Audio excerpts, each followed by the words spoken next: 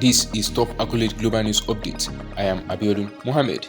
Ukrainian President Volodymyr Zelensky has accused Russian forces of shelling Ukrainian emergency workers who are trying to rescue people from flood waters caused by the destruction of the Kakhovka Dam. Speaking in his nightly address on Wednesday, Zelensky said that more than 2,000 people have been rescued so far from flooding in the Kherson and Mykolaiv regions, which he said contrasted starkly with Russian-occupied regions where he accused Moscow's forces of simply abandoning people to the flood. Zelensky described conditions in Russian-occupied parts of the Kherson region as absolutely catastrophic and called on international humanitarian organizations such as the International Committee of the Red Cross to immediately deploy to and help people abandoned in occupied areas now hit by flooding from the destruction of the Kakhovka Dam on Tuesday. Reporters said on Wednesday that artillery booms could be heard as people scrambled to leave affected areas with the help of rescue workers. Earlier on Wednesday, Zelensky said he was disappointed that the UN and the Red Cross had so far failed to respond rapidly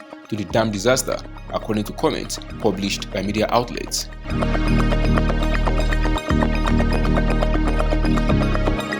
Taiwan activated its defense systems on Thursday after reporting 37 Chinese military aircraft flying into the island's air defense zone, some of which then flew into the Western Pacific in Beijing's latest mass air incursion. China, which views democratically governed Taiwan as its own territory, has over the past 3 years regularly flown its air force into the skies near the island, though not into Taiwan's territorial airspace. Taiwan's defense ministry said that from 5 a.m. it had detected 37 Chinese Air Force planes, including J-11 and J-16 fighters, as well as nuclear-capable H-6 bombers, flying into the southwestern corner of its Air Defense Identification Zone, or ADIZ. The ADIZ is a broader area Taiwan monitors and patrols to give its forces more time to respond to threats. Some of the Chinese aircraft flew to Taiwan's southeast and crossed into the Western Pacific to perform air surveillance and long-distance navigation training, the ministry said in a statement. Taiwan sent its aircraft and ships to keep watch and activated land-based missile systems, it added, using its standard wording for how it responds to such Chinese activity. China's defense ministry did not immediately respond to a request for comment.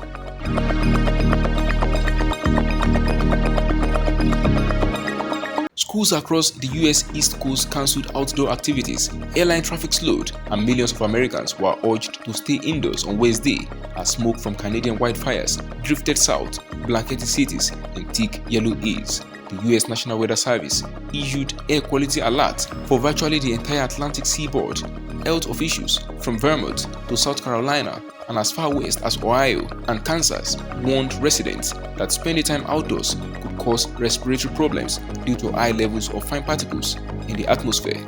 US private forecasting service AccuWeather said thick haze and soot extending from high elevations to ground level marked the worst outbreak of wildfire smoke to blanket the northeastern US in more than 20 years. New York's famous skyline, usually visible for miles, appeared to vanish in an otherworldly veil of smoke, which some residents said made them feel unwell.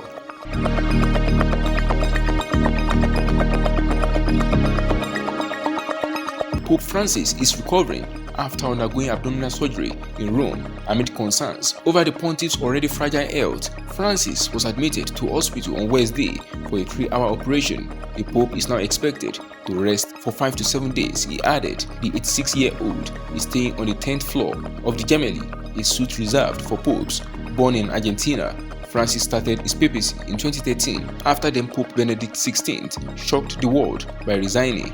He is the first pope to hail from the so-called Global South, a term comprising Latin America, Africa, and much of Asia, which is today home to most of the world's Christians. The Pope was treated for bronchitis more than 2 months ago and stayed at the Gemelli for 3 days. In 2011, he had major colon surgery. Francis also has knee problems and is regularly seen walking with the help of a cane. But Alfieri, the doctor who performed the latest surgery, said that overall, the Pope is in good health.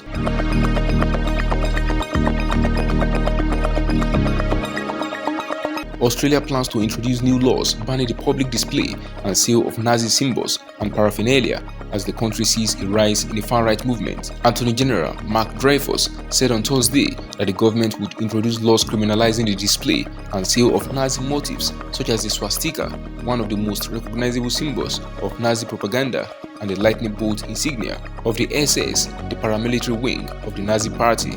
The law will ban such symbols from use on flags, armbands, or printed on clothes. A ban on the Nazi salute will not be added to federal law.